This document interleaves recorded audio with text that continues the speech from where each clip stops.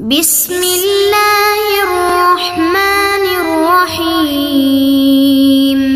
عزیز طلباء، آج ہمارا نشست نمبر 2 ہے۔ بسم اللہ الرحمن الرحیم۔ وَإِذَا تُتْلَى عَلَيْهِمْ آيَاتُنَا بَيِّنَاتٍ قَالَ الَّذِينَ كَفَرُوا لِلْحَقِّ لَمَّا جَاءَهُمْ هَذَا سِحْرٌ مُبِينٌ أَمْ يَقُولُونَ افْتَرَى قُلْ إِنِ افْتَرَيْتُهُ فَلَا تَمْلِكُونَ لِي مِنَ اللَّهِ شَيْئًا وَأَعْلَمُ بِمَا تُفِيضُونَ فِيهِ كَفَى بِهِ شَهِيدًا بَيْنِي وَبَيْنَكُمْ وَهُوَ الْغَفُورُ الرَّحِيمُ قل ما كنت بدعا من الرسل وما أدري ما يفعل بي ولا بكم إن أتبع إلا ما يوحى إلي وما أنا إلا نذير مبين۔ عزیز طلباء، پہلے ان آیات مبارکہ کا ترجمہ دیکھ لیجئے۔ وَإِذَا تُتْلَى عَلَيْهِمْ، اور جب پڑھی جاتی ہے، علیہم ان پر، آیاتنا ہماری آیاتیں، بینات واضح، قال الذین تو کہتے ہیں وہ لوگ، کفروا جو نہیں مانتے اور جو لوگ انکار کرتے ہیں، للحق سچی بات اور قرآن کے بارے میں، لما جاءہم جب پہنچے وہ ان کو، ھذا سحر یہ جادو ہے، مبین کھلا، ام بلکہ، یقولون کہتے ہیں وہ لوگ، افطرا گڑھ لیا ہے اس نے اس کو، قرآن کو، قل ان افتریتہ جواب دو اگر گڑھ لیا میں نے اس کو تو پھر اللہ تعالیٰ مجھے اس کی سزا دیں گے۔ تو افتریتہ کا جزا جو ہے نا وہ محذوف ہے، تو اللہ تعالیٰ پھر اس کا مجھے سزا دیں گے۔ فلا تملکون بس نہیں یعنی مالک ہوں گے تم میرے لیے، من اللہ کے عذاب سے، شیئن کچھ بھی ہٹانے کے، وہ اعلم وہ خوب جانتے ہیں، بما اس بات کو جو تفیضون مشغول ہوتے ہو تم، فیہ اس میں، کفا کافی ہے، وہ میرے لیے، شہیدن گواہ کے طور پر، بینی میرے درمیان، و بینکم اور تمہارے درمیان، وہو الغفور اور وہ بڑے بخشنے والے، الرحیم بڑے رحم والے ہیں۔ قل پیغمبر علیہ الصلاۃ والسلام کو خطاب ہے کہ آپ فرما دیجئے، ما کنتو نہیں ہوں میں، بدعن کوئی انوکھا، من الرسل رسول میں سے، وما ادری اور نہیں جانتا میں، ما یفعل کیا کیا جائے گا، بھی میرے ساتھ، ولا بکم اور نہ تمہارے ساتھ، ان اتبعو ولا بکم ان اتبعو و نہ تمہارے ساتھ، ان اتبعو نہیں پیروی کرتا میں، الا مگر اس کی جو یوحا وحی کی جاتی، الیہ میری طرف، وما انا اور نہیں ہوں میں، الا نذیر مگر ڈرانے والا، مبین کھلا، واضح طور پر میں ڈرانے والا ہوں۔ دیکھیے تتلا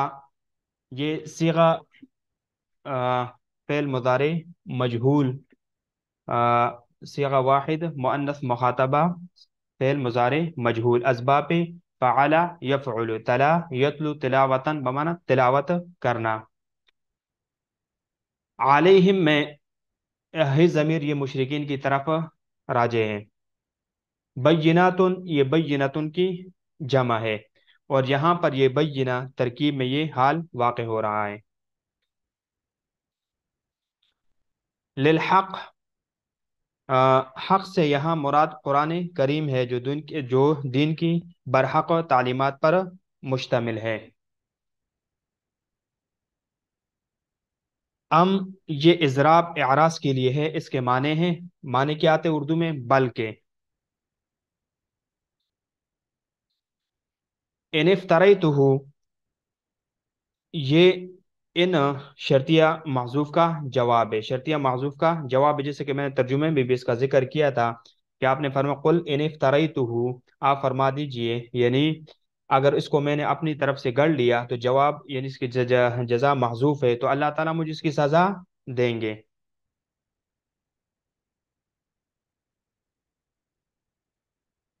فلا تملکون لی، فلا تملکون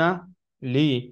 یہ جواب محذوف پر متفرع ہے، یہ جو جواب محذوف ہے اس کے اوپر یہ متفرع ہو رہا ہے۔ تفیدون یہ باپ افعال سے ہے، افاض یفید افاضتاً بمعنی باتوں میں مشغول ہونا، افاضت جب اس کا استعمال باتوں کے لیے ہوتا ہے تو مشغول ہونے کے معنی میں ہوتے ہیں، مشغول ہونے کا معنی یہ دیتا ہے۔ کفا بھی، کفا کے فائل پر با زائد ہے، بھی یہ با اس کے اوپر زائد ہے، اور ضمیر کا مرجع وہ اللہ رب العزت ہے۔ کفا یکفی کفایتن سے باپ ضربا یضربو سے ہے۔ شہیدن یہ تمیز ہے نسبت کے ابہام کو دور کرتی ہے۔ بدعن بدعن صفت مشبہ ہے جو بمانا اس میں فاعل اور اس میں مفعول ہوتی ہے۔ مبدع اس سے ہے ابدع یبدع ابداعا فهو مبدع، نئی بات کہنے والا، اور مبدع نیا بھیجا ہوا انوکھا۔ رسول یہ رسول کی جمع ہے، رسول کی جمع ہے، اور من الرسول کا انن سے متعلق ہو کر بدعن جو ماقبل بدعہ ہے اس کی صفت ترکیب میں صفت بن رہا ہے۔ ما ما استفامیہ اور موصولہ دونوں ہو سکتے ہیں۔ ادری یہ باپ فعال سے، درا یدری سے بھی، یعنی ادرا یدری، ادرا یدری بمانا ولا ادری مانا ہے مجھے معلوم نہیں ہے، مجھے اس کے بارے میں کوئی علم نہیں ہے۔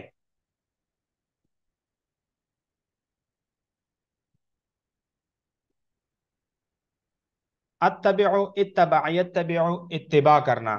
یہ باپ افتعال سے اتبع یتبع، اور واحد متکلم مع الغیر کا صیغہ ہے کہ میں اتباع نہیں کرتا ہوں۔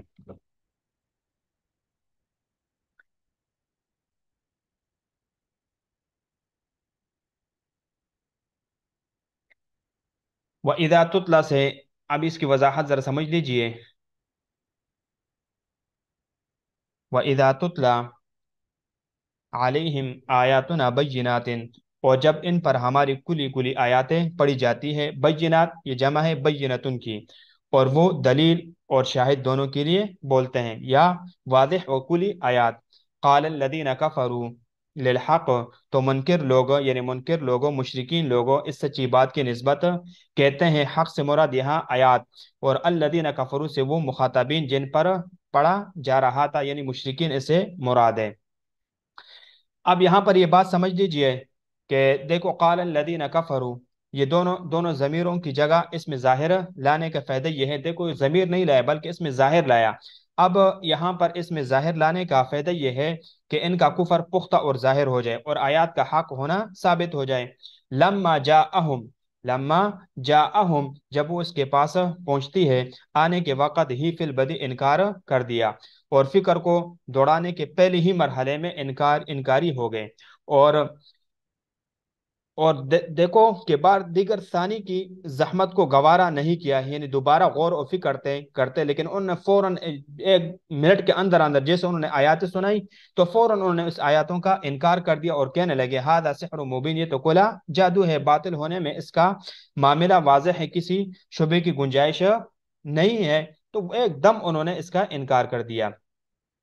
ام یقولون افترا، یہ لوگ کہتے ہیں کہ اس شخص نے اپنی طرف سے بنا لیا، یعنی آیات کو کفار سحر کہتے تھے۔ اس کے تذکرے سے اعراض کرتے ہوئے ان کی اس بات کو ذکر کیا کہ محمد صلی اللہ علیہ وسلم نے اس کو خود بنا لیا، اور اللہ تعالیٰ کی طرف جھوٹ جناب انہوں نے جھوٹ کی نسبت کر دی۔ ضمیر حق کی طرف راجع، یہاں پر جو ضمیر ہے ہم یقولو نفترا، تو ضمیر یہ حق کی طرف راجع ہے کہ انہوں نے اس لیے مذکر ہے، اور مراد آیات ہے۔ قل ان افتریتہ فلا تملکون لی من اللہ شیئا، کہہ دیجئے اگر میں نے اس کو گڑھ لیا تو پھر تو مجھے اللہ تعالیٰ سے ذرا بر بچا نہیں سکتے، یعنی بالفرض اگر میں نے افتراء کیا اور اس کو اپنی طرف سے بنا لیا تو پھر اللہ تعالیٰ جلد افتراء کی سزا دیں گے، تو مجھ پر اس جلد آنے والی سزا کو روک نہ سکو گے، اور اس کے عذاب اور عقاب سے میں یعنی اس کے عذاب اور عقاب سے کسی چیز کو دور کرنے کی تم میں طاقت نہیں ہے، پھر کیوں کر میں گڑھ سکتا ہوں اور اپنے آپ کو عذاب الہی کے سامنے پیش کر سکتا ہوں۔ وَأَعْلَمُ بِمَا تُفِيضُونَ فِي،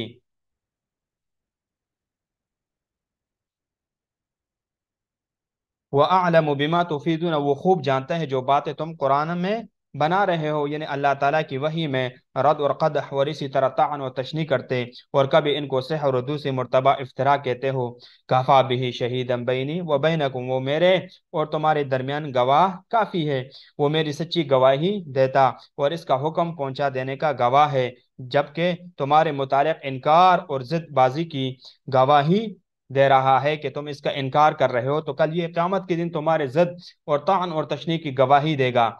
اور میری ذمہ تو یہ اتنی بات ہے کہ میں اس قرآن کو اور اس کے تعلیمات کو آپ تک پہنچا دوں۔ اب ایک نکتے کی بات یہاں پر یہ بھی سمجھ لیجئے کہ علم اور شہادت کا تذکرہ سے مقصود کفار کو جزا کی وعید سنانا ہے۔ ان کو یہاں پر دیکھو، علم اور شہادت کے تذکرے سے مقصود کفار کو اس کی جزا سے آگاہ کرنا ہے، اس کو وعید سنانا ہے کہ اگر تم نے اس کا انکار کر دیا اور ان آیاتوں کو اس کے اوپر طعن و تشنیع کرو گے، تو پھر اس کی جو ہے نا سزا کل قیامت کے دن پھر تمہارے لیے یہ سزا ہوگی۔ وَهُوَ الْغَفُورُ الرَّحِيمُ، وہ بڑی مغفرت والا اور بڑی رحمت والا ہے۔ اگر تم نے کفر سے توبہ کر کے ایمان لاؤ تو اس کی طرف سے مغفرت اور رحمت کا وعدہ ہے، کل جنت کے باغاتوں میں رہو گے۔ اگر تم نے اس قرآن کی تعلیمات کو مانا تو وہ بڑے بخشنے والے، جو تمہارے پچھلے گناہ ہیں وہ تم ایمان لانے کی وجہ سے تمہارے گناہوں کو بخش دیں گے، کل جنت کی نعمتوں میں تم پھر وہی رہو گے۔ قل ما كنت بدعا من الرسول، کہہ دے میں کوئی انوکھا رسول نہیں، یعنی یہ کوئی نئی بات نہیں ہے کہ میں کوئی انوکھا کوئی نئے رسول ہوں، بلکہ اس سے پہلے کتنے بھی انبیاء علیہ السلام، آدم علیہ السلام سے لے کر کتنے انبیاء، موسیٰ علیہ السلام، عیسیٰ علیہ السلام، داؤد علیہ السلام، سلیمان علیہ السلام، یحییٰ علیہ السلام، زکریا علیہ السلام، عیسیٰ علیہ السلام، موسیٰ علیہ السلام، یونس علیہ السلام، نوح علیہ السلام، یعنی بے شمار پیغمبر دنیا میں تشریف لائے، میں کوئی انوکھا رسول نہیں ہوں، سب پیغمبروں نے آ کر یہی دعوت دی ہے۔ تو فرمایا کہ کہہ دے کہ میں کوئی انوکھا رسول نہیں۔ بدعن یہ بدیع کے معنی میں ہے، جیسے کہ بمعنی خفیف آتا ہے، مطلب یہ ہے کہ میں کوئی پہلا رسول نہیں کہ تمہاری نبوت کو انوکھا قرار دے رہے ہو، یعنی کہ تم میری نبوت کو کوئی انوکھا اور کوئی نئی چیز قرار دے رہے ہو، بلکہ اس سے پہلے انبیاء کے مشاہدہ تم کر سکتے ہو کہ وہ دنیا میں تشریف لائے اور اللہ تعالیٰ کے پیغامات کو اپنے وقت کے لوگوں کو انہوں نے سنایا۔ وما ادری ما يفعل بی ولا بکم، اور مجھے معلوم نہیں کہ میرے ساتھ کیا کیا جائے گا، یعنی میرے اور تمہارے ساتھ زمانے مستقبل میں کیا کرنے والے ہیں۔ امام کلبی رحمہ اللہ کا قول ہے، دیکھو کہ وہ فرماتے ہیں کہ کفار اور مشرکین کے ایذاؤں سے تنگ آ کر آپ کے اصحاب نے آپ سے عرض کیا کہ ہم اس حالات میں کب تک رہیں گے؟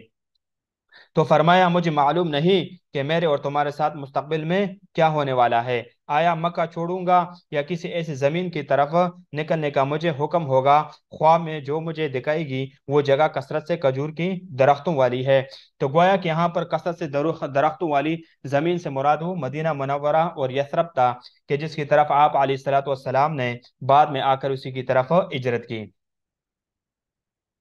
ما یفعل بی ولا بکم ان اتبع الا ما، جیسے کہ میں نے شروع میں ذکر کیا تھا کہ ما یفعل بی، کہ ما جہاں پر ما موصولہ تو وہ منصوبہ ہو سکتا ہے اور استفہامیہ مرفوعہ بھی ہے، دونوں ترکیبیں ہو سکتی ہے۔ لا